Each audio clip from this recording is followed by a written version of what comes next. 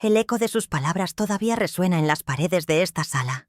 El mismo lugar donde le enseñé a dar sus primeros pasos. «Detesto vivir contigo», me gritó, y cada sílaba fue un golpe seco, un ladrillo arrancado de los cimientos de mi vida. La discusión había empezado por una tontería, una factura de la luz más alta de lo normal, pero se convirtió en un torrente de desprecio que no vi venir. Su rostro, el que yo había besado miles de noches, estaba contraído por una rabia que me era desconocida. Sus ojos, que antes me miraban con adoración, ahora me lanzaban dagas de puro resentimiento. El aire se volvió denso, pesado, casi irrespirable, y yo, de pie frente a ella, sentí cómo el suelo desaparecía bajo mis pies, dejándome caer en un abismo de incredulidad y dolor. Era mi hija, mi Aurora, la que me estaba diciendo que mi presencia, mi hogar, mi existencia entera, era una carga insoportable para ella. «Esta casa es sofocante. Tu vida es mediocre», continuó, y la palabra «mediocre» se clavó en mi pecho con una precisión cruel. ¿Mediocre? ¿Acaso eran mediocres las noches en vela a su lado cuando tenía fiebre? ¿O los dobles turnos de trabajo para pagarle la universidad que yo nunca tuve? De repente, todos los sacrificios que hice con amor se convirtieron en armas que ella usaba para herirme. La vi mirar a su alrededor con desdén, observando los muebles que su padre y yo compramos con tanto esfuerzo, la pequeña colección de figuras de porcelana que tanto amaba de niña, todo lo que constituía nuestro mundo, y lo sentenció con una mirada. Fue en ese instante que comprendí que no era una simple pelea de madre e hija, era un juicio, una condena a todo lo que yo representaba para ella, un pasado humilde del que se avergonzaba desesperadamente. Me quedé inmóvil, sintiendo un frío que nada tenía que ver con la temperatura de la habitación. Era el frío de la soledad más absoluta, esa que se siente cuando la persona que más amas te mira como si fueras un extraño, un obstáculo en su camino hacia una vida brillante que, al parecer, yo le impedía alcanzar. Su voz, normalmente tan dulce, se había vuelto metálica, cortante. Hablaba de sus amigos, de sus planes, de un futuro en el que yo claramente no encajaba. O al menos no de esta manera. Cada palabra era un recordatorio de la distancia que había crecido entre nosotras, un abismo que yo, en mi ceguera de madre, no había sabido ver. El corazón de nuestro hogar, esta pequeña sala, se había transformado en un tribunal donde yo era la única acusada, y el veredicto ya estaba dictado. El silencio que siguió a su arrebato fue aún peor que los gritos, un silencio cargado de significado, donde lo no dicho pesaba toneladas. Aurora se quedó allí, con el pecho subiendo y bajando por la agitación, esperando mi respuesta. ¿Pero qué podía decirle? ¿Cómo podía defender una vida de amor y entrega ante un ataque tan visceral? Cualquier palabra mía sonaría a justificación, a súplica, y de repente, una extraña calma comenzó a apoderarse de mí.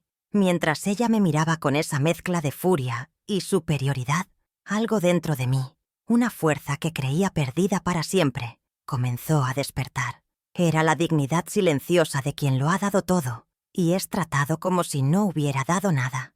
Ya no sentía solo dolor, sino una claridad helada, una lucidez aterradora.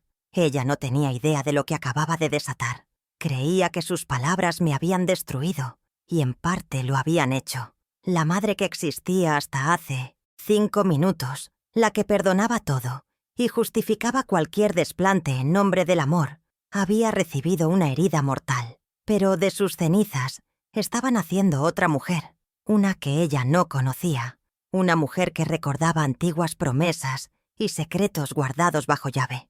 Mientras Aurora esperaba mis lágrimas, mi mente ya estaba trabajando, desempolvando recuerdos y verdades que llevaban años dormidas. Pensaba que tenía todo el poder en esa habitación, el poder de la juventud, de la crueldad, pero se equivocaba. El verdadero poder no siempre grita, a veces simplemente espera el momento adecuado para actuar. La observé dar media vuelta y encerrarse en su cuarto, dando un portazo que hizo temblar el retrato de su padre en la pared. Ese sonido fue como un punto final, el cierre de un capítulo de mi vida, el capítulo de la abnegación incondicional. Me acerqué al retrato de Alejandro, mi difunto esposo, y acaricié su rostro sonriente. ¿Lo oyes, mi amor?, le susurré al aire. Nuestra niña cree que esta casa es suya para despreciarla. Una promesa silenciosa se formó en mi corazón, una decisión irrevocable. No se trataba de venganza, no. Eso sería rebajarme a su nivel. Se trataba de justicia, de enseñarle una lección que nadie más podría enseñarle, que las raíces, por humildes que sean, son lo que nos sostiene, y que nadie tiene derecho a pisotear el jardín que otro cultivó con el sudor de su frente. Ella pensaba que mi mundo era pequeño, limitado a estas 4 paredes que ahora aborrecía. No sabía que yo poseía algo mucho más valioso que el dinero o el estatus que ella tanto anhelaba. Tenía en mis manos la llave de su pasado y, por lo tanto, de su futuro. Un secreto familiar, un documento guardado con celo que su abuelo me confió antes de morir, previendo, quizás, que la ingratitud es una mala hierba que puede crecer en cualquier jardín. Aurora había cruzado una línea, no solo de respeto, sino de memoria. Había insultado no solo a su madre, sino el legado de quienes vinieron antes que nosotras, y se sacrificaron para que ella pudiera tener la oportunidad de soñar con un mundo más grande. Y mientras la noche caía sobre nuestra casa, ahora un campo de batalla silencioso, mi resolución se hizo tan sólida como el roble del patio trasero. Ya no habría más súplicas por su cariño, ni más intentos de hacerle entender el valor de lo que tenía. Las lecciones más importantes, a veces, no se aprenden con palabras, sino con hechos. Ella detestaba vivir conmigo. Había quedado muy claro. Pues bien, yo le iba a conceder su deseo, pero no de la forma que ella esperaba. Iba a descubrir, de la manera más dura, que la libertad que tanto anhelaba tiene un precio, y que a veces, al intentar volar, nos damos cuenta de que hemos cortado las únicas alas que de verdad nos sostenían. La tormenta había pasado, y en la quietud que dejó, mi plan comenzó a tomar forma. Permítanme presentarme correctamente, ahora que el estruendo de la batalla ha cesado, y solo queda este silencio abrumador. Mi nombre es Adriana Villalba. Tengo 62 años, y llevo viuda una década entera, aunque hay días en que la ausencia de mi Alejandro se siente tan fresca como la tierra mojada después de la lluvia. Vivo en esta casa, la que construimos juntos con más sueños que dinero, y que ahora una de sus 2 razones de ser considera una prisión. Mi vida, según mi hija, es mediocre. Quizás lo sea a sus ojos, que solo ven el brillo del oro ajeno. Pero para mí, cada rincón de este hogar está impregnado de una historia, de un amor tan profundo que ni siquiera la muerte ha podido borrar. Un amor que, hasta esta noche, pensé que era el legado más importante que le estaba dejando a ella. Mi rutina no tiene grandes sobresaltos, es cierto. Comienza antes de que el sol se despierte, con el aroma del café recién hecho que se mezcla con el perfume de las flores de mi jardín. Ese jardín era el orgullo de Alejandro. Él decía que las plantas son como la gente buena, que si las cuidas con amor, te devuelven su belleza sin pedir nada a cambio. Por eso lo mantengo impecable. Cada hoja limpia de polvo, cada flor regada con devoción. Es mi manera de seguir conversando con él, de sentirlo cerca. Después de cuidar mis plantas, me dedico a mis dulces. Hago alfajores de maicena y tortas de 1000 hojas que los vecinos del barrio adoran. Es un ingreso pequeño, pero me hace sentir útil. Me mantiene las manos y la mente ocupadas. Siempre he sido una mujer de pocas palabras, de demostrar el cariño con hechos.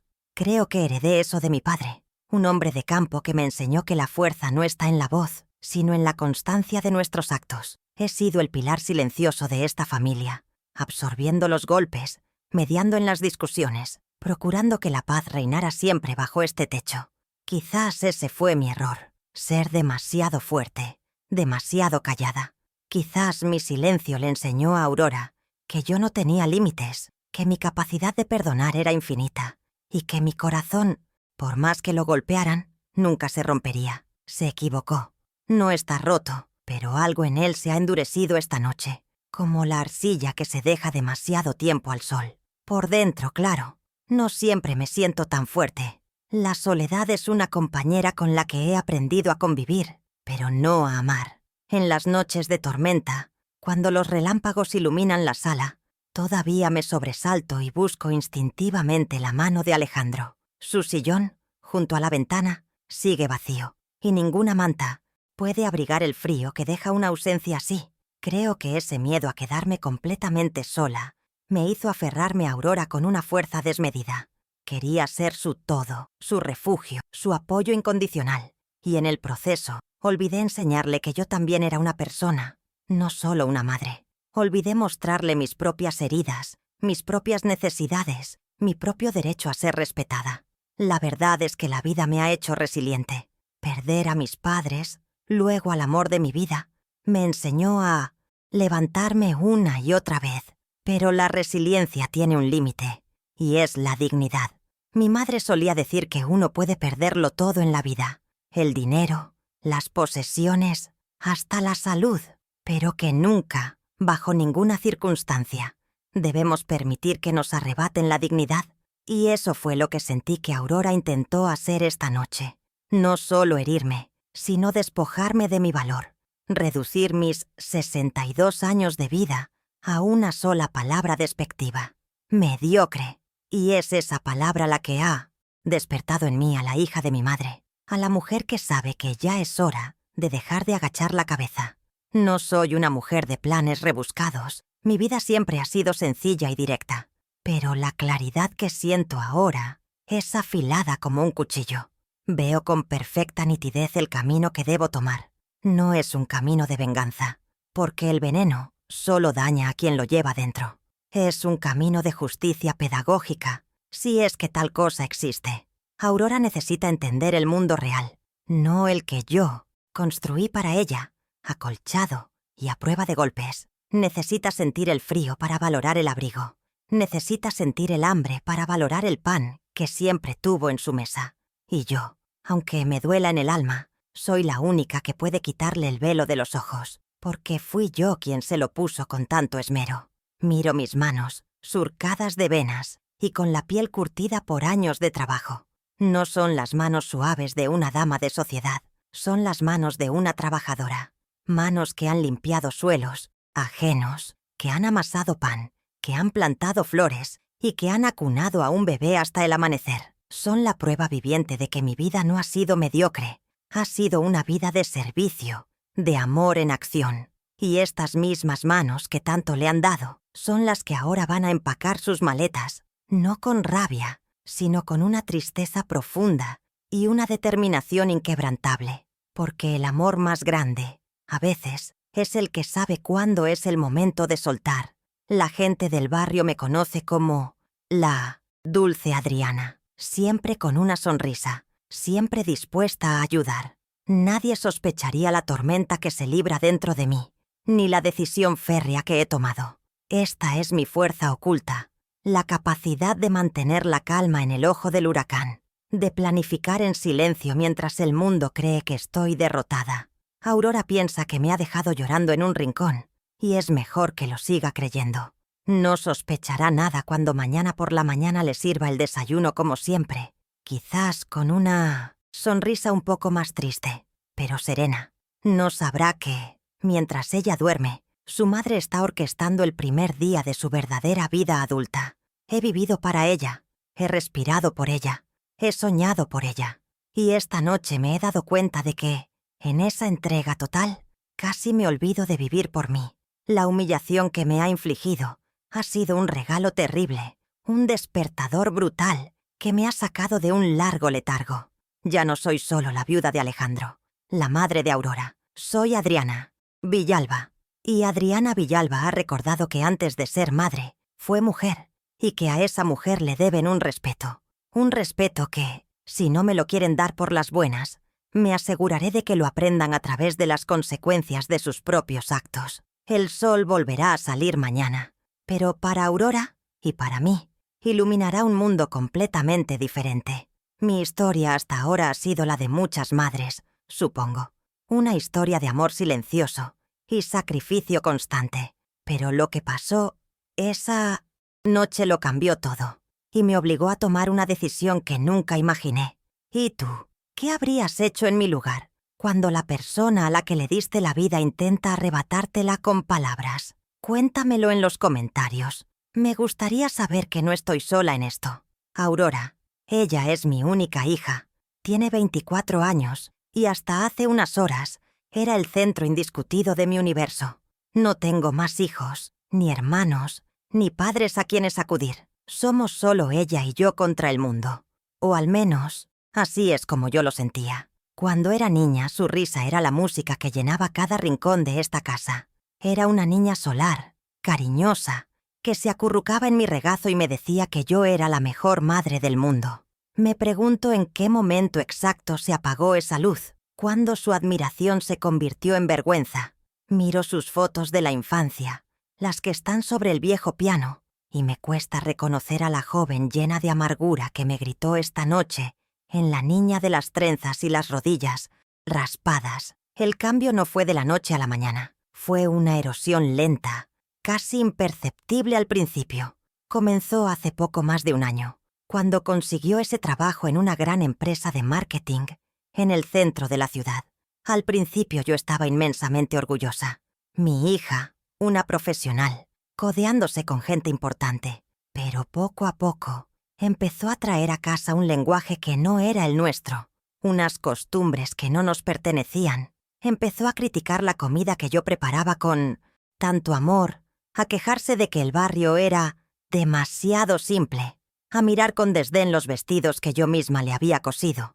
Empezó a hablar de marcas, de restaurantes caros, de viajes al extranjero como si fueran necesidades básicas, y yo la escuchaba con una creciente sensación de alarma, sintiendo cómo se alejaba de mí, de nosotros, de todo lo que éramos. Su motivación, ahora lo veo con una claridad dolorosa, es la aceptación, su nuevo círculo de amigos, esos jóvenes de apellidos importantes y billeteras abultadas, se ha convertido en su nuevo norte. Aurora está desesperada por encajar, por ser una de ellos, y para lograrlo, siente que debe renegar de sus orígenes, borrar cualquier vestigio de la vida humilde que le dimos. Yo, con mis manos de trabajadora y mi casa modesta, soy la prueba viviente de ese pasado que tanto la avergüenza. Soy un ancla que la mantiene atada a una realidad que detesta, un espejo que le devuelve una imagen de sí misma que no quiere ver. Su crueldad no nace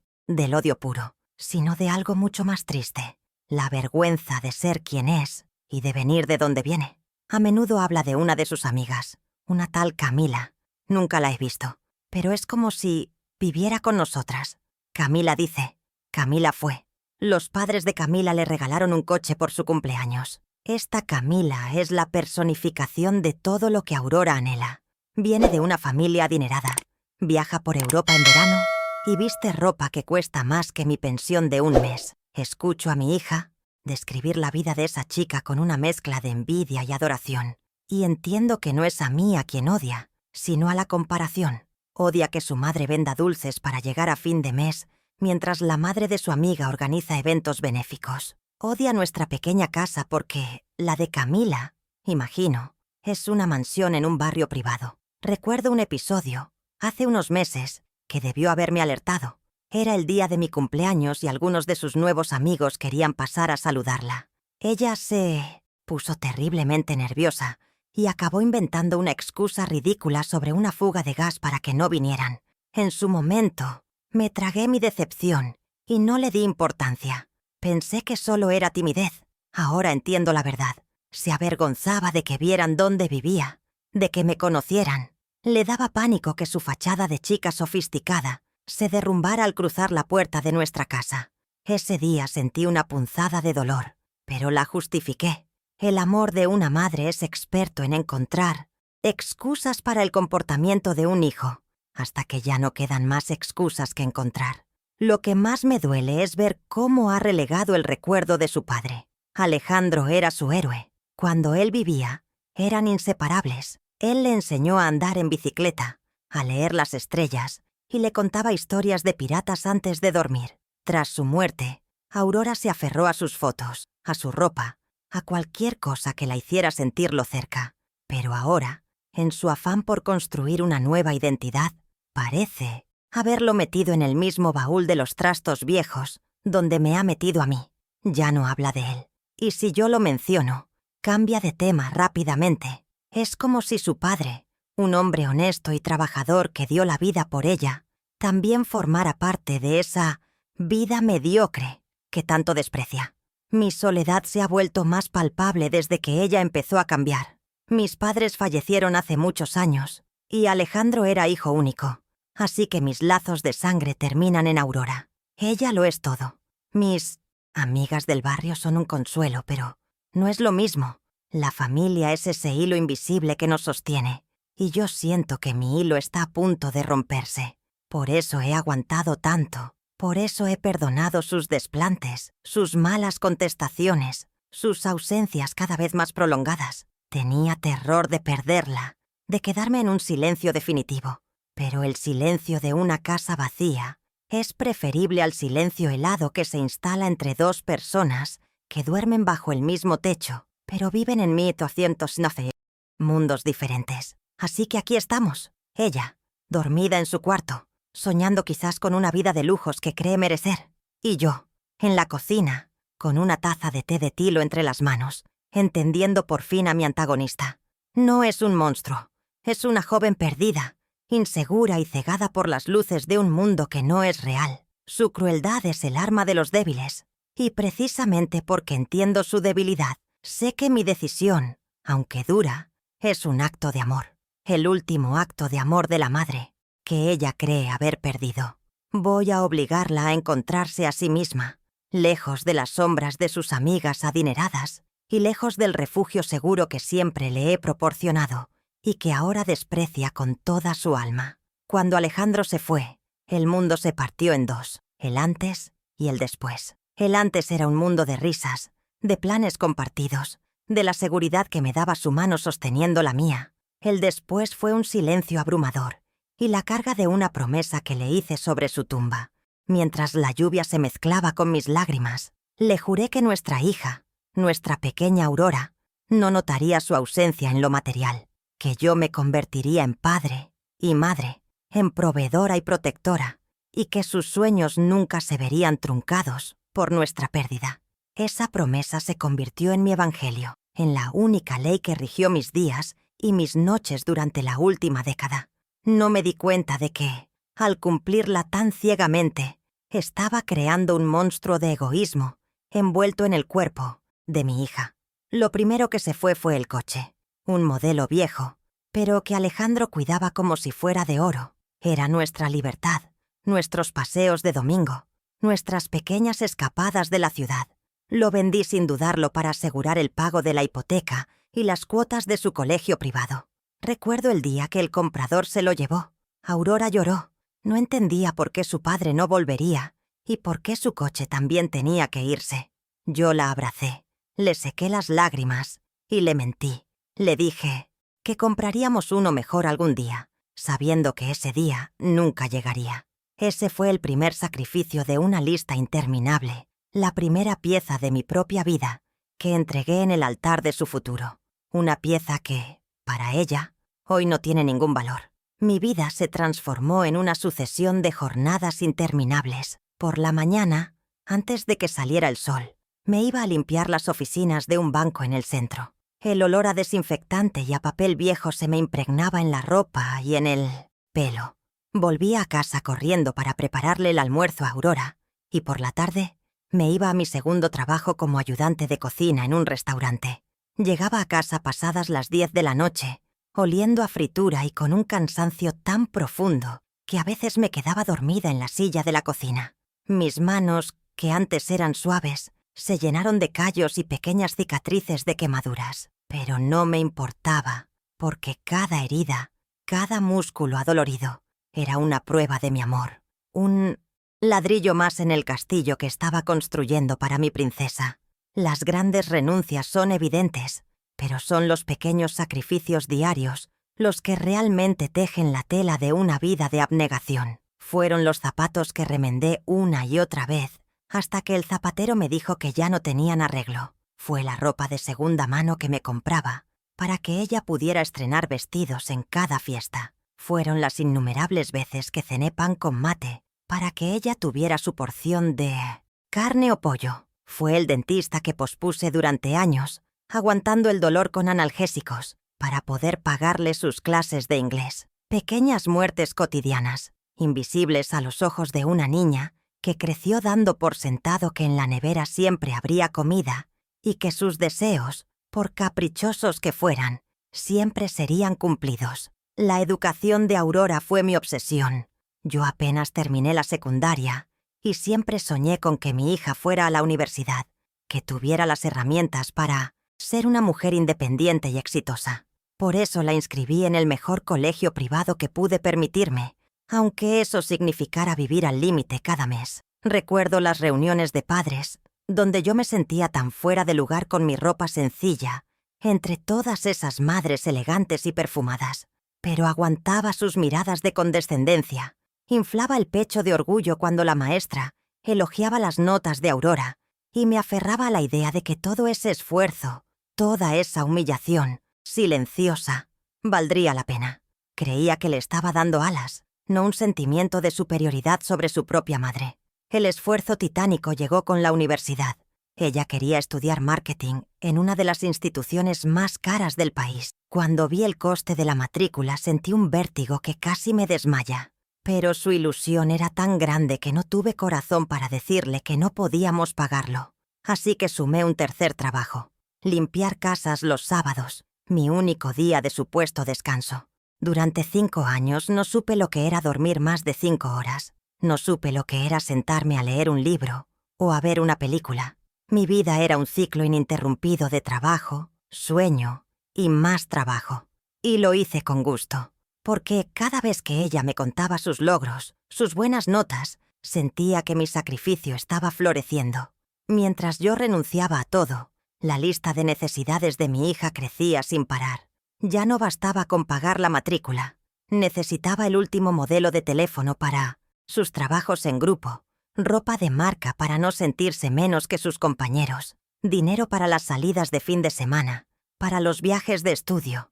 Y yo cedía, siempre cedía. Sacaba de mis escasos ahorros, pedía adelantos en mis trabajos, me endeudaba con pequeños préstamos. Me decía a mí misma que era una inversión, que era importante para su autoestima, para que se sintiera integrada. ¿Cómo iba a imaginar que cada capricho cumplido era un paso más hacia el desprecio? Que al allanarle tanto, el camino le estaba quitando la capacidad de valorar el esfuerzo que cuesta cada piedra. Hubo una señal, una que ignoré deliberadamente por el dolor que me causó. Una tarde, volví a casa antes de lo previsto y la escuché hablando por teléfono con una amiga en su cuarto. Se quejaba de mí. Decía que era vergonzoso que su madre fuera una limpiadora y le pedía a su amiga que, si alguna vez venía, no mencionara mi trabajo. Me escondí en el baño para que no me viera y lloré en silencio, ahogando mis sollozos en una toalla. Me sentí apuñalada por la espalda, pero cuando salí, le sonreí como si nada. Le pregunté qué quería de cenar. Enterré esa herida tan hondo que casi me convencí de que nunca había existido, porque enfrentar esa verdad era admitir que mi sacrificio estaba siendo en vano. ¿Y mis sueños? Los guardé en un cajón bajo llave.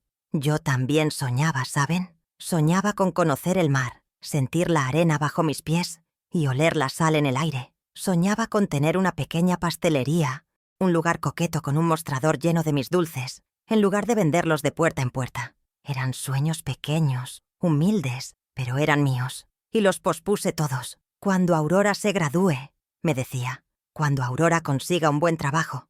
Pero Aurora se graduó, consiguió el trabajo, y mis sueños siguieron en el mismo cajón, cubriéndose de polvo. Ella empezó a vivir su vida, y yo seguí viviendo para la suya, sin darme cuenta de que la mía se me estaba escapando entre los dedos. Y después de todo esto, después de una vida entera dedicada a ella, la recompensa es una palabra: mediocre. Mi vida, la que le entregué en bandeja de plata para que ella construyera la suya, es mediocre. La ironía es tan amarga que me quema la garganta. Ella se para sobre los cimientos de mi sacrificio para llamarme mediocre desde las alturas. No ve que cada ladrillo de su castillo está hecho con pedazos de mi piel, con horas de mi sueño, con gotas de mi sudor. Esto ya no es solo ingratitud, es una ceguera, profunda, una negación de la historia que nos une. Y por eso, esta noche, he decidido que la lección de historia ha terminado. Es hora de que empiece la clase de realidad. Ahora que les he contado la historia de mis sacrificios, es momento de que sepan que no estoy completamente desarmada en esta guerra que no pedí. Mi poder no reside en el dinero ni en los contactos, sino en la sabiduría de un hombre que se fue hace mucho tiempo. Mi padre. Él era un albañil, un hombre de manos ásperas y corazón, noble que construyó esta casa ladrillo a ladrillo. Desconfiaba de los bancos y de las promesas vacías. Su única fe estaba en Dios y en el valor de la tierra, el techo que te cobija y la tierra que pisas. Adrianita, me decía, eso es lo único que nadie te puede quitar, siempre y cuando sepas defenderlo. Jamás imaginé que sus palabras se volverían mi manual de instrucciones para la batalla más difícil de mi vida. Cuando mi padre falleció, dejó sus asuntos en un orden impecable. Todos asumieron que la casa, al ser yo su única hija, pasaba a ser mía sin más. Pero mi padre, que conocía la naturaleza humana mejor que nadie, había preparado una salvaguarda. Unos días después del funeral, su abogado, un hombre anciano y serio llamado don Manuel, me citó en su despacho. Recuerdo la solemnidad de aquella oficina, el olor a libros viejos y a justicia.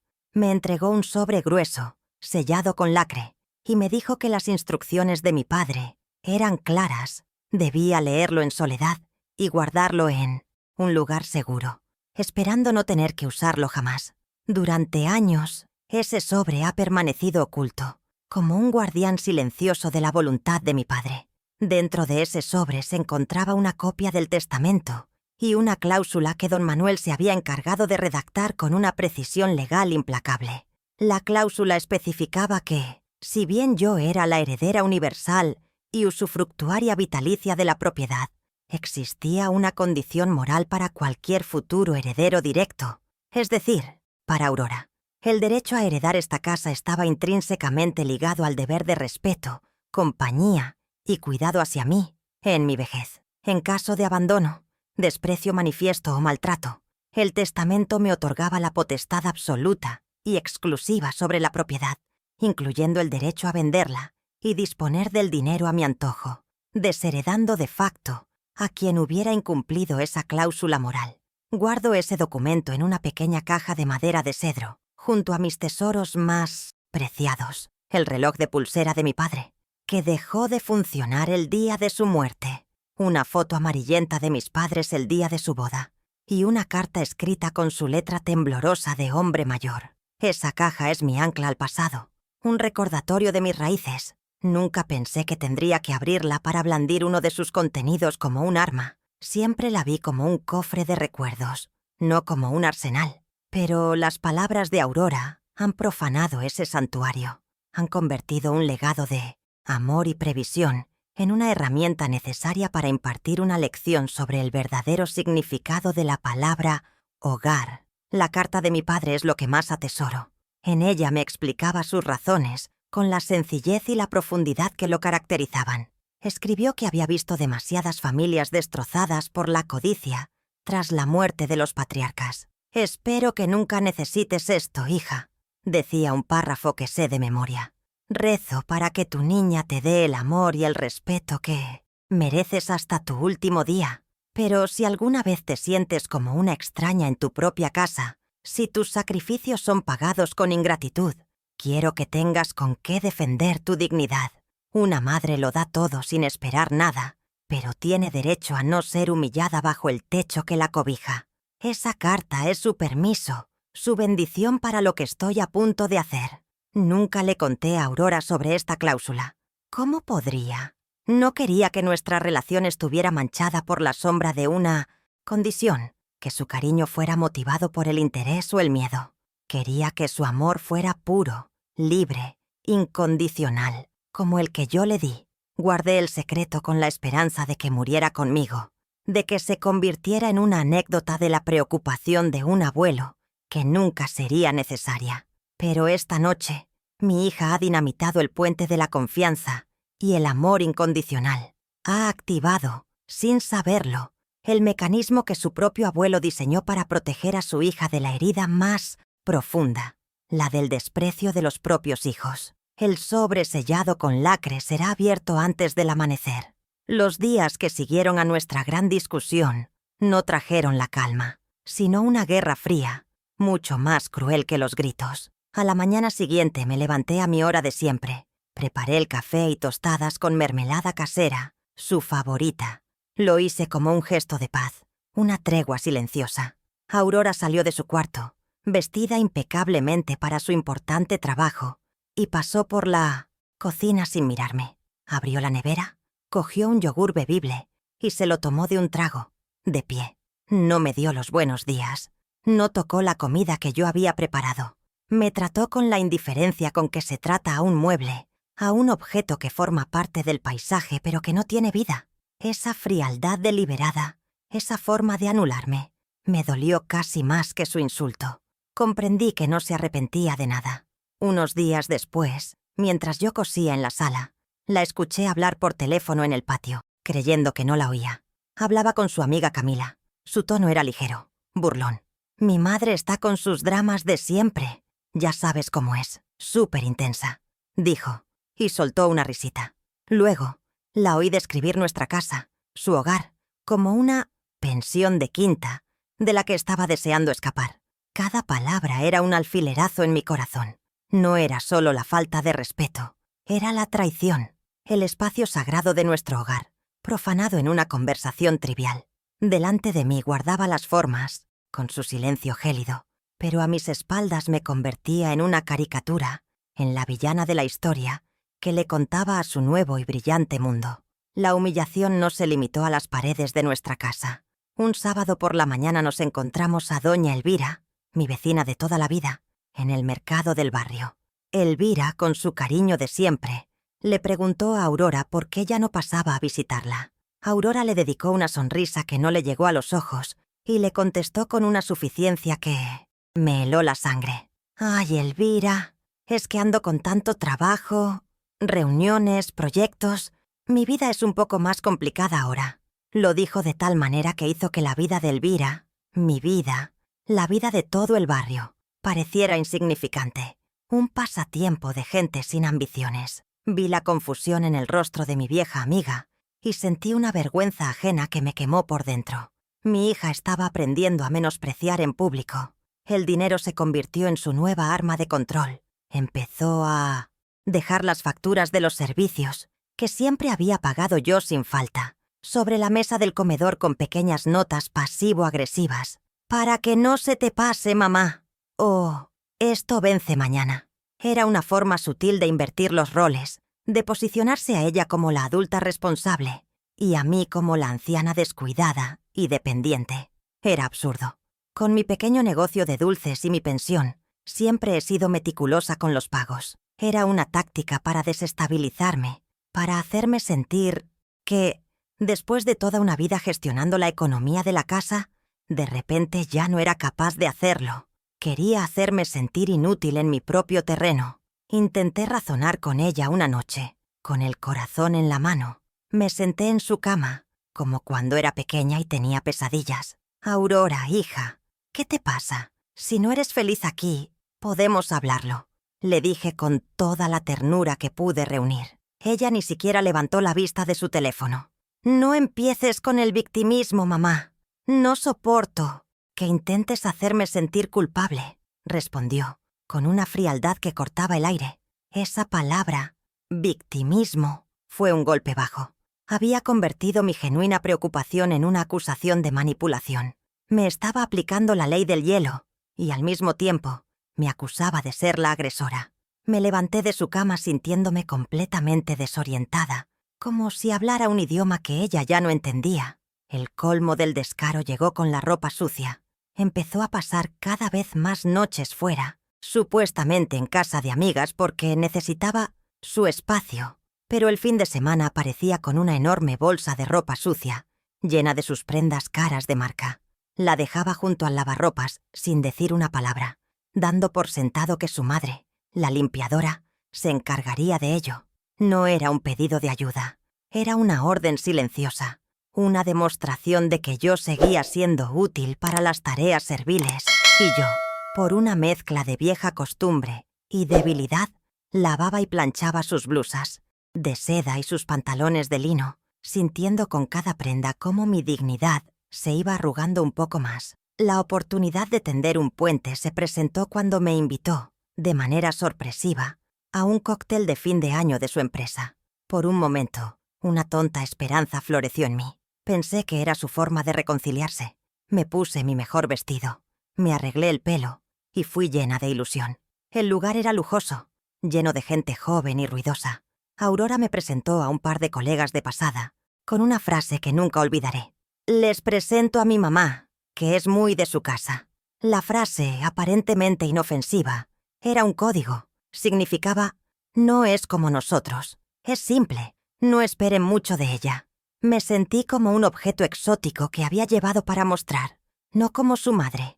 Me pasó una copa y me abandonó en un rincón durante el resto de la noche. La manipulación económica se volvió más directa. Empezó a olvidarse la cartera con una frecuencia alarmante, pidiéndome dinero para el taxi o para el almuerzo.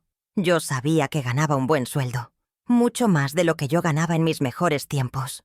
Al principio se lo daba sin más, pero cuando empecé a dudar, a preguntarle si no le alcanzaba su salario, ella suspiraba con cansancio. «Ay, mamá, es que los padres de mis amigos los ayudan siempre. Camila ni siquiera paga alquiler porque sus padres le compraron un apartamento». Era un chantaje emocional constante, diseñado para hacerme sentir mezquina e inadecuada por no poder, o no querer, financiar su estilo de vida. Nuestra casa se convirtió en un territorio en disputa. Decidió que la pequeña salita donde yo tenía mi máquina de coser y mis telas era el lugar perfecto para instalar su home office. Sin preguntarme, movió mis cosas a un rincón y se apropió del espacio. Si yo entraba a buscar algo mientras ella estaba en una videollamada, me lanzaba miradas asesinas y me hacía gestos para que me callara, como si yo fuera una intrusa. Incluso llegó a quejarse del olor de mis pasteles. «Mamá, por favor, no hornees ahora, que tengo una reunión importante y huele toda la casa a bizcocho. Es poco profesional». Estaba borrando activamente cada rastro de mi existencia, de mis gustos, de mis actividades. El abuso de confianza alcanzó un nuevo nivel cuando revisé el resumen de mi tarjeta de crédito, la que le había dado estrictamente para emergencias. Descubrí una docena de pequeños cargos que no eran míos, viajes en aplicaciones de transporte, cafés en lugares caros, suscripciones a servicios de streaming que yo ni sabía que existían. Cuando la confronté, con la prueba en la mano, ni siquiera se inmutó. Puso los ojos en blanco y dijo que se había confundido con su propia tarjeta. No hubo una disculpa, solo una evidente molestia por haber sido descubierta. El mensaje era claro. Lo mío era suyo, y yo no tenía derecho a pedirle explicaciones. Los ataques se volvieron dolorosamente personales. Comenzó a criticar mi aspecto físico con una crueldad disfrazada de preocupación. «Ese vestido te hace parecer una abuela, mamá. Deberías modernizarte un poco». O «¿por qué no te tiñes esas canas? Te suman como 10 años». Cada comentario era una pequeña demolición de mi autoestima. Era su forma de reafirmar su superioridad, de marcar la distancia entre su mundo moderno y vibrante y mi existencia, según ella, anticuada y gris. Quería que me viera a mí misma como ella me veía, vieja, irrelevante y, en definitiva, mediocre. El punto de inflexión, el que borró cualquier atisbo de duda que pudiera quedarme, fue otra llamada telefónica que no debía escuchar. Esta vez hablaba con un hombre. Por el tono meloso de su voz, supe que era un interés romántico. Lo que oí me dejó sin aliento. Le estaba diciendo con la mayor naturalidad del mundo que vivía sola en un pequeño apartamento muy mono en un barrio tranquilo. Cuando él le preguntó por su familia, ella respondió: «Mi madre se retiró y se fue a vivir al campo. Ya sabes, buscando la paz». En una sola frase, me había borrado del mapa. Me había matado civilmente para construir una historia más atractiva para un hombre. Ya no era una vergüenza, era un fantasma. La gota que colmó el vaso ocurrió 2 días después. Llegó a casa con un cuadro enorme y abstracto, una pieza de arte moderno carísima. Mientras luchaba por colgarlo en la pared de su cuarto, le comenté con preocupación que la gotera del techo de la cocina había empeorado con la última lluvia. Ella ni se giró para mirarme. «Ay, mamá, siempre con tus pobrezas. Ya veremos eso luego», dijo, con un desdén absoluto. Esa palabra, pobrezas, fue la última pala de tierra sobre el ataúd de mi paciencia. Mis preocupaciones, las necesidades básicas de la casa que nos cobijaba a ambas, eran pobrezas indignas de su atención. Toda esta sucesión de heridas, desprecios y humillaciones consolidó el plan que nació la noche de sus gritos. Ya no era una reacción visceral a un insulto, era una decisión meditada, una respuesta necesaria a un patrón de abuso emocional sistemático. Ya no se trataba solo de darle una lección a Aurora. Se había convertido en una cuestión de supervivencia, en la única forma de rescatar lo que quedaba de mi dignidad. El amor de madre me había llevado a tolerar lo intolerable, pero el amor propio me exigía poner un punto final, y ese punto final sería contundente, silencioso y absolutamente inolvidable. El punto de ruptura no fue un estallido, no hubo un solo grito más, fue un chasquido silencioso en lo más profundo de mi ser. Ocurrió en la cocina, mientras observaba la mancha de humedad en el techo, producto de la gotera que a mi hija le parecía una pobreza. El sonido rítmico de una gota cayendo en el balde que había puesto en el suelo se convirtió en el metrónomo de mi decisión. Ploc, ploc, ploc. Cada gota era un segundo menos de mi vieja vida, un segundo más cerca de mi liberación. En ese instante, dejé de ser la madre que suplicaba amor. La mujer que se rompía por dentro con cada desprecio murió allí, de pie, frente a una gotera, y en su lugar nació una estratega, una mujer que ya no buscaba entender, sino actuar. La tristeza se evaporó y fue reemplazada por una calma gélida, una determinación tan sólida como el mármol. Esa noche dormí con una placidez que no sentía en años. No había angustia, no había un nudo en el estómago. Al contrario, sentía una serenidad casi antinatural, la quietud que precede a los actos irrevocables. El torbellino de emociones que me había sacudido durante semanas se había disipado, dejando tras de sí un paisaje de una claridad absoluta. Ya no me sentía una víctima de las circunstancias, ni de la ingratitud de mi hija. Por primera vez en mucho tiempo, me sentí al mando de mi propia vida. El plan que se dibujaba en mi mente no era un acto de ira, sino de autopreservación. Era el movimiento de una reina en un tablero de ajedrez que, tras haber sido acorralada, encuentra una jugada maestra que nadie esperaba. Ya no le pertenecía a mi dolor. Ahora mi dolor me pertenecía a mí. Cuando el reloj de la sala marcó las 3 de la madrugada y el único sonido en la casa era la respiración acompasada de Aurora al otro lado del pasillo, me levanté, fui a mi armario y del fondo saqué la pequeña caja de madera de cedro. El suave crujido de la tapa al abrirse fue como un suspiro en el silencio. El olor a madera vieja y a recuerdos llenó el aire. Mis dedos, casi por instinto, encontraron el sobre amarillento sellado con lacre. Lo abrí, con cuidado, con la reverencia de quien está a punto de desatar un poder antiguo. Leí la carta de mi padre una última vez, y sus palabras, escritas hace tantos años, se sintieron como una conversación, como su bendición final para el camino que estaba a punto de emprender. Él había previsto esta guerra, y me había dejado la mejor de las armas, la verdad. Mi plan no buscaba la crueldad, sino la justicia. No iba a echarla a la calle sin nada, porque a pesar de todo, seguía siendo su madre. A la luz de una pequeña lámpara, me senté en la mesa de la cocina y elaboré una lista. Ropa, toda. Objetos personales, todos. Libros, maquillaje, su carísimo cuadro abstracto. No me quedaría con nada que le perteneciera. Y luego, el punto más importante, el dinero.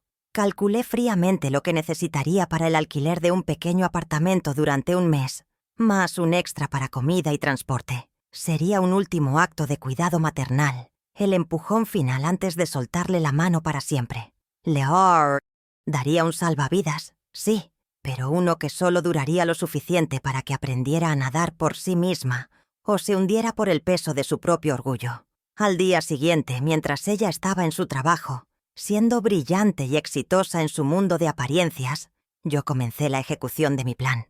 Entré en su dormitorio, un espacio que se sentía tan ajeno, tan frío e impersonal como la habitación de un hotel. No había fotos nuestras, ni recuerdos de su infancia, solo muebles de diseño, ropa cara, amontonada en una silla y un aire de transitoriedad. Saqué del armario las viejas maletas que habíamos comprado para un viaje familiar que nunca hicimos y comencé la tarea metódica de doblar su ropa. Cada blusa de seda, cada pantalón de diseño, cada par de zapatos de tacón. Lo hice sin rabia, con una precisión quirúrgica, como una enfermera que prepara a un paciente para una operación inevitable. Fue una tarea extrañamente catártica. Al tocar sus cosas, repasé su vida, o al menos la vida que yo le había dado. Encontré, en el fondo de un cajón, un viejo conejo de peluche al que le faltaba un ojo, el que usaba para dormir cuando era niña. Por un segundo, mi corazón vaciló. Una ola de nostalgia amenazó con ahogarme. Recordé a la niña que me abrazaba, a la que creía en mí, pero luego vi, sobre su escritorio, el extracto de una tarjeta de crédito con gastos exorbitantes, y el recuerdo se desvaneció. Estaba de luto por la hija que había perdido, pero mi deber ahora era con la mujer en la que se había convertido. Guardé el conejo de peluche en la maleta junto a un par de zapatos de marca. El pasado y el presente, viajando juntos hacia un futuro incierto. La parte más delicada del plan requería salir de casa. Fui a una notaría en el centro y pedí una copia autenticada de la cláusula del testamento. El notario leyó el párrafo con interés profesional y levantó una ceja, pero no hizo preguntas. Después, fui al banco y retiré en efectivo la suma que había calculado. El fajo de billetes se sentía pesado en mi bolso. Era el precio de la lección que estaba a punto de impartir. De vuelta en casa, preparé el sobre. Dentro puse la copia notariada del testamento, el dinero y una carta que había escrito y reescrito durante toda la tarde. En ella no había reproches, solo una explicación serena de mis motivos y el anuncio de que nuestro antiguo contrato de madre e hija había terminado. Esa noche, con las 3 maletas perfectamente alineadas junto a la puerta de entrada, sentí una paz inmensa. La casa, por primera vez en mucho tiempo, respiraba tranquilidad. No había tensión en el aire, no había un conflicto latente esperando estallar. Solo había la calma que precede a los finales necesarios. Miré las maletas, el sobre que había dejado cuidadosamente sobre ellas, y no sentí ni una pizca de duda. No era un acto de venganza, era un acto de amor propio. Estaba reclamando mi hogar, mi paz y mi dignidad. Aurora se iba a despertar a un nuevo mundo, uno en el que su madre no era un felpudo, sino una mujer de roble.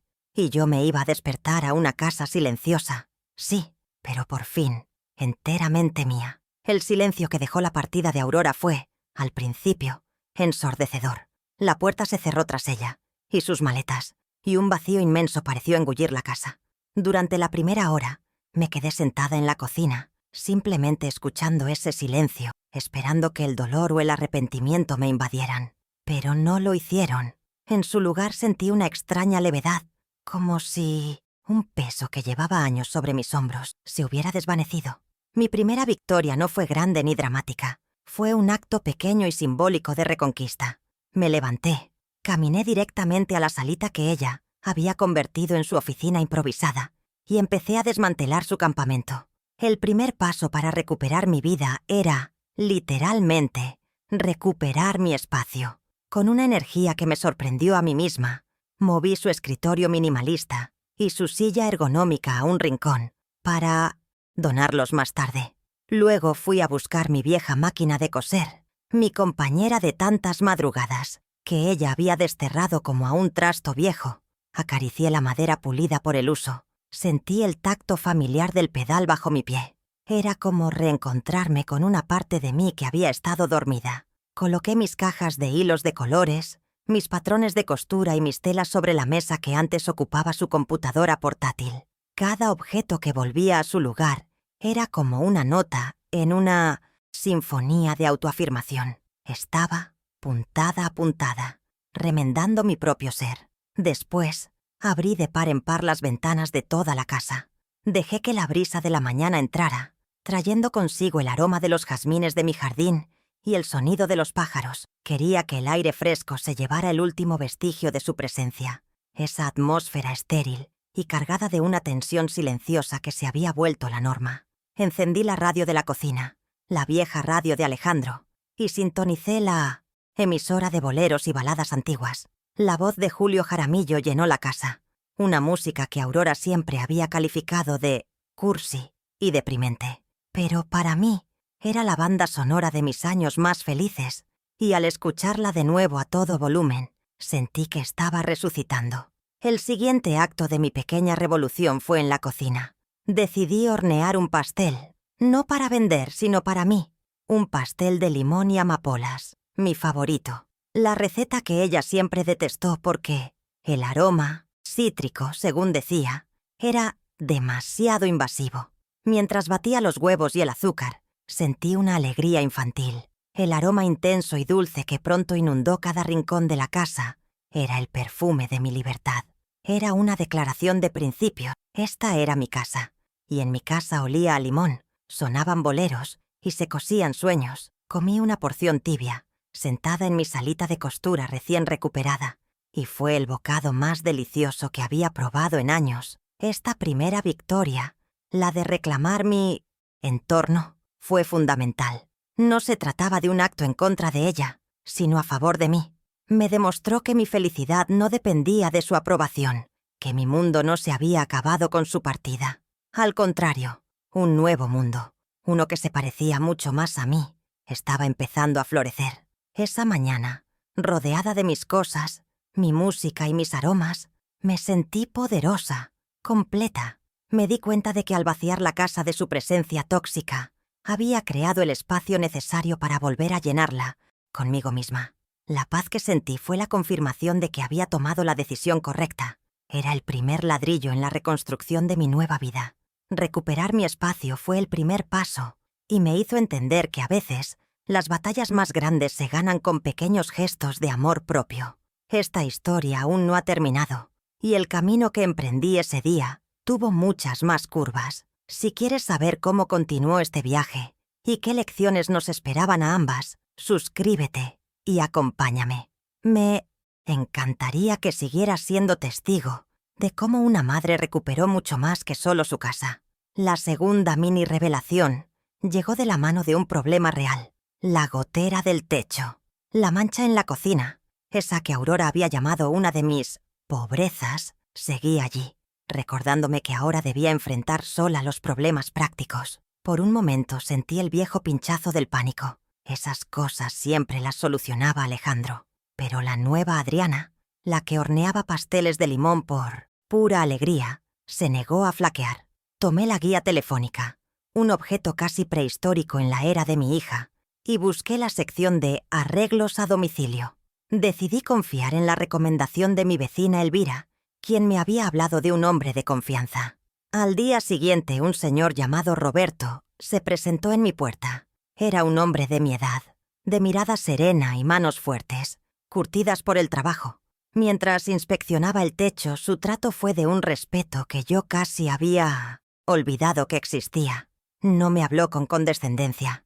Me explicó el problema con paciencia y me dio un presupuesto que me pareció justo y honesto.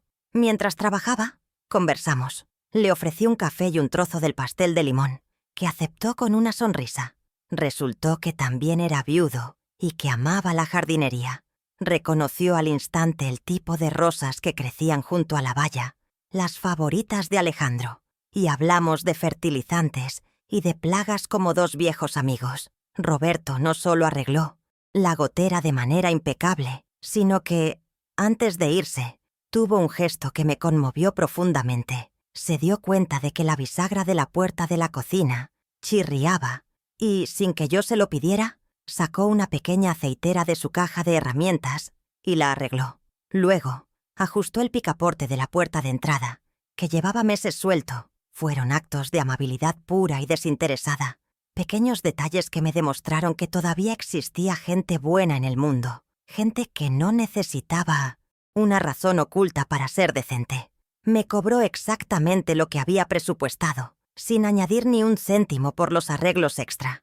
Mi victoria en este episodio no fue solo tener un techo reparado, fue la confirmación de que soy perfectamente capaz de gestionar mi vida y resolver mis problemas.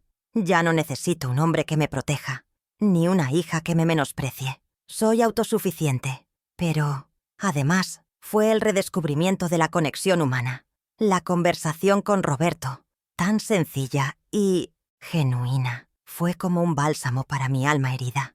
Me di cuenta de lo aislada que había estado, de cómo mi vida se había reducido a la órbita de Aurora y su descontento. El mundo era mucho más grande y amable de lo que yo recordaba. Antes de despedirse, Roberto me sugirió que, si algún día quería intercambiar esquejes de plantas, a él le encantaría. Le dije que la idea me parecía maravillosa. Esa pequeña interacción, esa puerta que se abría a una posible nueva amistad, fue la verdadera revelación. Mi vida no había terminado. Quizás, solo quizás, estaba a punto de comenzar una nueva etapa, una en la que yo podía elegir con quién compartir mi tiempo y mi jardín.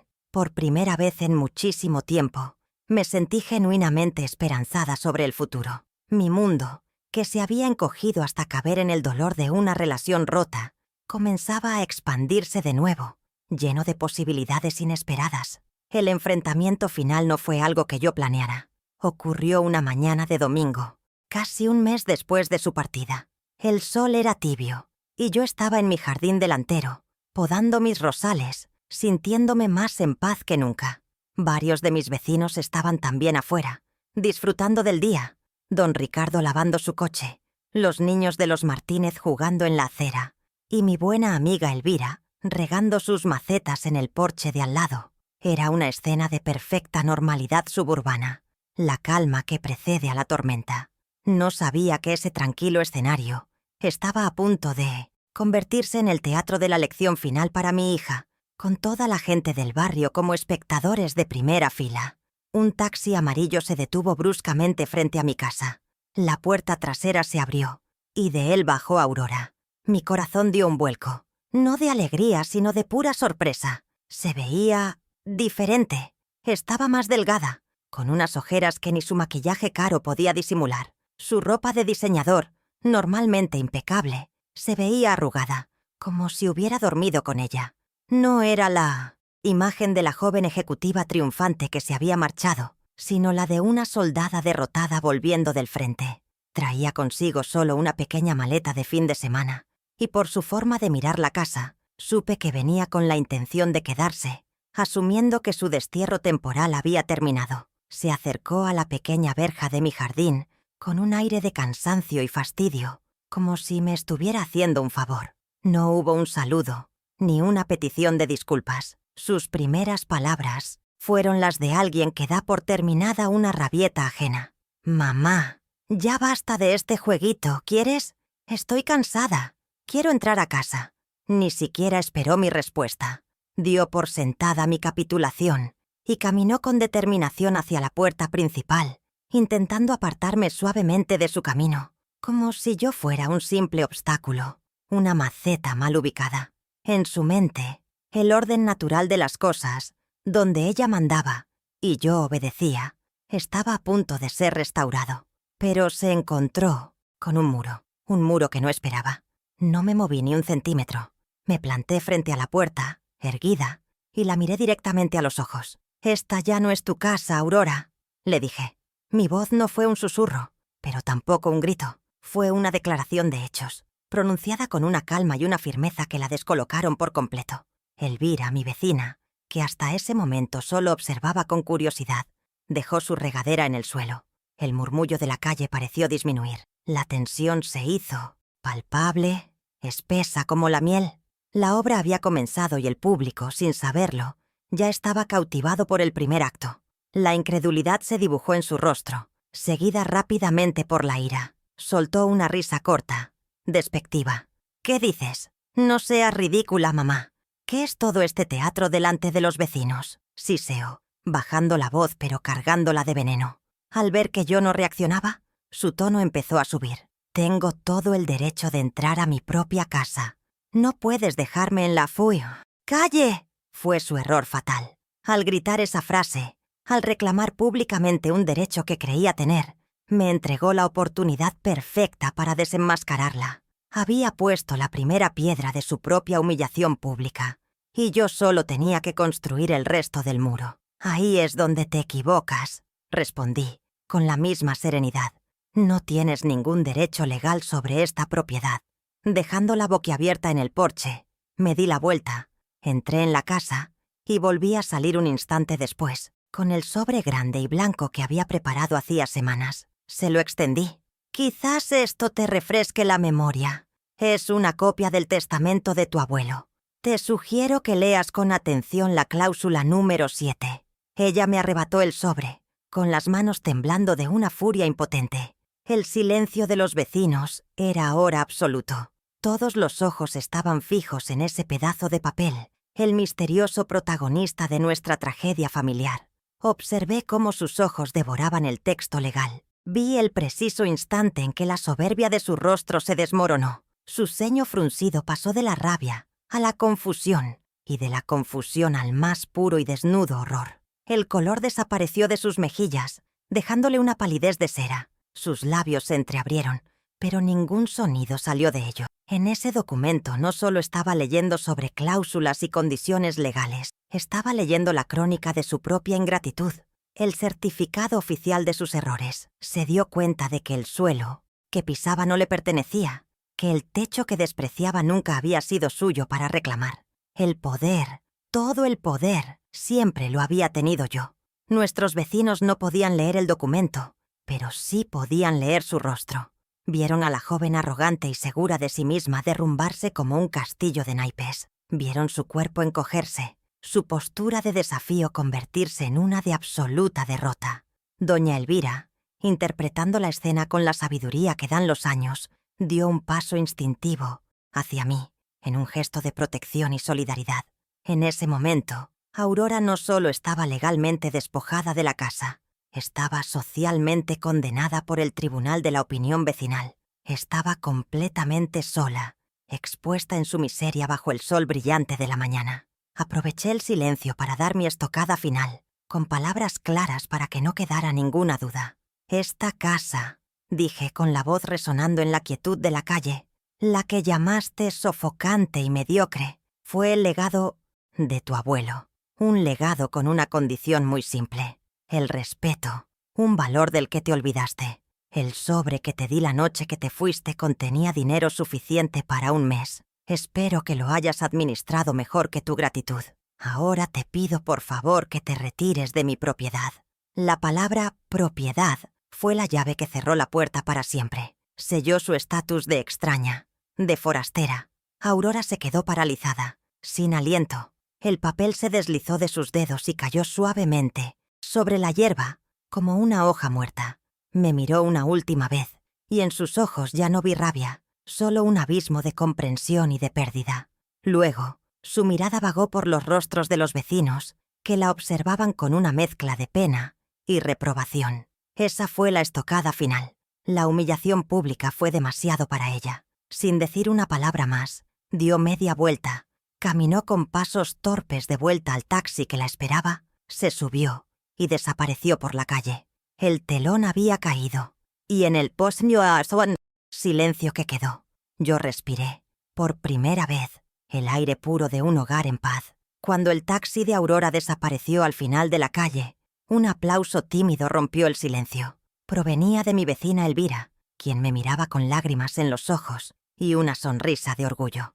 Pronto, otros vecinos se unieron, no con un aplauso bullicioso, sino con gestos de aprobación, con pulgares en alto, con miradas de profundo respeto. En los días siguientes, mi casa se llenó de pequeñas atenciones. Un bizcocho de doña Carmen, unas flores del jardín de Ricardo, una invitación a cenar de la familia Martínez. Nadie me trató con lástima, sino con la admiración que se le reserva a alguien que ha librado una batalla difícil y ha salido victorioso. Me di cuenta de que mi acto de justicia privada había resonado en mi comunidad, y su apoyo silencioso fue el bálsamo que terminó de curar mis heridas. Mi vida floreció de una manera que nunca creí posible. con el apoyo de mis vecinos, que ahora eran mis más fieles clientes, expandí mi pequeño negocio de dulces, invertí en un horno más grande y hasta diseñé unas bonitas cajas con mi nombre. La casa, lejos de sentirse vacía, se llenó de vida. Acepté la invitación de Roberto y me uní al club de jardinería local, donde hice nuevos amigos que compartían mi pasión por la tierra. Los fines de semana, en lugar de lavar ropa cara y esperar una migaja de atención, los pasaba entre risas, intercambiando plantas y consejos de jardinería. Mi hogar dejó de ser un nido de sacrificio para convertirse en un centro de creación, de amistad y, por primera vez, de mi propia y personal alegría. De Aurora no supe nada directamente durante mucho tiempo. Las noticias me llegaban a través de terceros, como ecos lejanos de un mundo que ya no era el mío. La sobrina de Elvira, que trabajaba en la misma zona que ella, me contó que la había visto varias veces y que su aspecto había decaído. Tuvo que dejar el pequeño estudio que alquiló con el dinero que le di y mudarse a una habitación diminuta en un piso compartido en las afueras, a más de 1 hora de su trabajo. Su famosa amiga Camila y su círculo de gente adinerada, al parecer, le dieron la espalda en cuanto dejó de poder seguirles el ritmo. Descubrió de la peor manera que la amistad que se compra con apariencias se desvanece junto con ellas. La pérdida de Aurora fue total, y en todos los frentes. Perdió la comodidad de un hogar, la seguridad de un plato de comida caliente, el apoyo incondicional de una madre. Pero sus pérdidas más grandes fueron simbólicas. Perdió el estatus que tanto se había esforzado en proyectar. Se vio obligada a enfrentar la dura realidad de un presupuesto ajustado, donde cada café de más contaba. Y lo más importante, perdió el respeto. No solo el mío, sino el suyo propio. Se vio forzada a mirarse en un espejo y ver no a la mujer exitosa que creía ser, sino a una joven ingrata y superficial que había despreciado el único amor verdadero que había tenido en su vida. Esa fue la verdadera consecuencia, la lección que ninguna universidad podía enseñarle. Pasaron casi 6 meses. Una tarde, al volver del club de jardinería, encontré un sobre en mi buzón sin remitente, pero reconocí su letra al instante. Era una carta de 10 páginas, escrita con una caligrafía temblorosa y manchada en varias partes, por lo que supuse eran lágrimas. No era una carta de reclamo ni de exigencia. Era una confesión, una disculpa desgarradora. En ella detallaba sus meses de infierno, pero no para darme lástima, sino para explicar cómo cada dificultad le había abierto los ojos. Escribía sobre el frío que pasó en su habitación sin calefacción, sobre las comidas que se saltó para pagar el transporte, y cómo, en su soledad, finalmente entendió la magnitud de mis sacrificios. No pedía nada, solo terminaba diciendo: «Perdóname, mamá, fui una tonta ciega». La carta me conmovió hasta lo más profundo. Era la primera vez en más de 1 año que escuchaba la voz de mi verdadera hija, no la del personaje que había creado. Vi en sus palabras un arrepentimiento genuino, el primer paso hacia una posible redención. No obstante, sabía que no podíamos volver atrás. La antigua Adriana habría corrido a rescatarla. La nueva Adriana sabía que el proceso de Aurora debía completarse. Después de meditarlo durante 1 semana, le respondí con una nota breve. No le ofrecí volver a casa. La invité a tomar un café, el sábado siguiente, en una cafetería neutral en el centro de la ciudad. El encuentro sería en mi territorio, bajo mis términos. El día del encuentro yo llegué primero. La vi entrar, nerviosa, buscando mi rostro entre la gente. Estaba visiblemente cambiada. Había una humildad en su mirada que nunca antes había visto. Lloró en cuanto se sentó. Yo no lloré. La escuché. La dejé hablar, vaciar todo su arrepentimiento. Y cuando terminó, le expuse mis condiciones con una calma amorosa pero firme. Podríamos reconstruir una relación, pero sería una completamente nueva. Una relación entre 2 mujeres adultas, basada en el respeto mutuo. Podríamos vernos, hablar por teléfono, pero ella debía seguir siendo independiente, viviendo su propia vida y asumiendo sus propias responsabilidades. El perdón no significaba amnesia. Ella aceptó cada una de mis condiciones con una gratitud que me desarmó, y así Empezamos de nuevo. Nuestro despecho no fue un abrazo de película con ella volviendo a casa. Fue algo mucho más real y, creo, más valioso. Fue el inicio de una reconstrucción lenta y consciente. Hoy, nuestra relación es frágil, pero es honesta. Aurora está aprendiendo a valorar las cosas importantes y yo he aprendido a no poner la felicidad de nadie por encima de mi propia dignidad. A veces, la mayor prueba de amor no es darlo todo sin medida, sino saber poner límites, incluso si hacerlo nos rompe el corazón en 1000 pedazos para luego reconstruirlo, más fuerte y más sabio que antes. Al mirar hacia atrás, contemplo el campo de batalla de mi propia cocina y mi jardín, y entiendo la lección más profunda que esta dolorosa experiencia me ha dejado. Como madres, a menudo creemos que nuestro trabajo es darlo todo, construir un mundo perfecto y sin dolor para nuestros hijos. Les entregamos nuestro tiempo, nuestra energía, nuestros sueños, en un torrente de amor incondicional. Pero mi historia me enseñó que el amor, si no va acompañado de la lección del valor, se convierte en un veneno. Al proteger a Aurora de toda dificultad, al darle todo lo que pedía, sin exigirle nada a cambio, no le estaba dando alas, se las estaba atrofiando. Le enseñé a recibir, pero se me olvidó por completo enseñarle a agradecer. La dignidad, he aprendido, es como una planta delicada en el jardín del alma. Si no la riegas todos los días, si permites que la pisen una y otra vez, se marchita y muere. Yo dejé que la mía se secara casi por completo, en nombre de una paz familiar que no era paz, sino rendición. Callé ante las faltas de respeto, justifiqué la ingratitud, minimicé mis propias heridas para no causar un conflicto. El día que puse esas maletas en la puerta, no estaba echando a mi hija, me estaba rescatando a mí misma. Estaba regando esa planta casi muerta con un acto de amor propio. Y la lección es esta. Nadie te respetará si tú no te respetas primero. Nosotros ponemos los límites y le enseñamos al mundo y a nuestros propios hijos cómo merecemos ser tratados. Esta historia también es una reflexión sobre las raíces. Mi hija, en su afán por alcanzar las estrellas de un mundo que le parecía más brillante, sintió la necesidad de cortar sus raíces, de renegar de la tierra humilde de la que provenía. Descubrió de la manera más dura que un árbol sin raíces no solo no puede crecer más alto, sino que es el primero en caer ante la primera ráfaga de viento.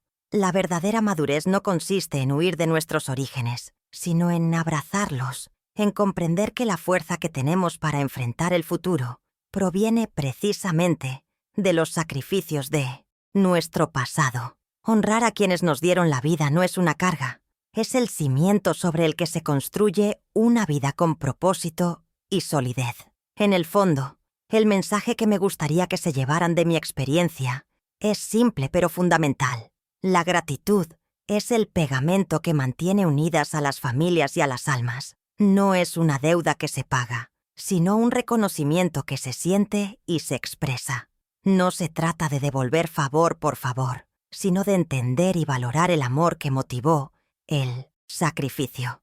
Mi acto final de amor por Aurora no fue perdonarla y traerla de vuelta a casa sin más. Fue amarla lo suficiente como para permitirle enfrentar las consecuencias de sus actos, por doloroso que fuera para ambas. A veces, el amor más puro no es el que protege, sino el que prepara para la dureza de la vida, el que sabe cuándo soltar la mano para que el otro aprenda a caminar solo. Mi vida ahora es más pequeña en algunos aspectos, pero infinitamente más rica.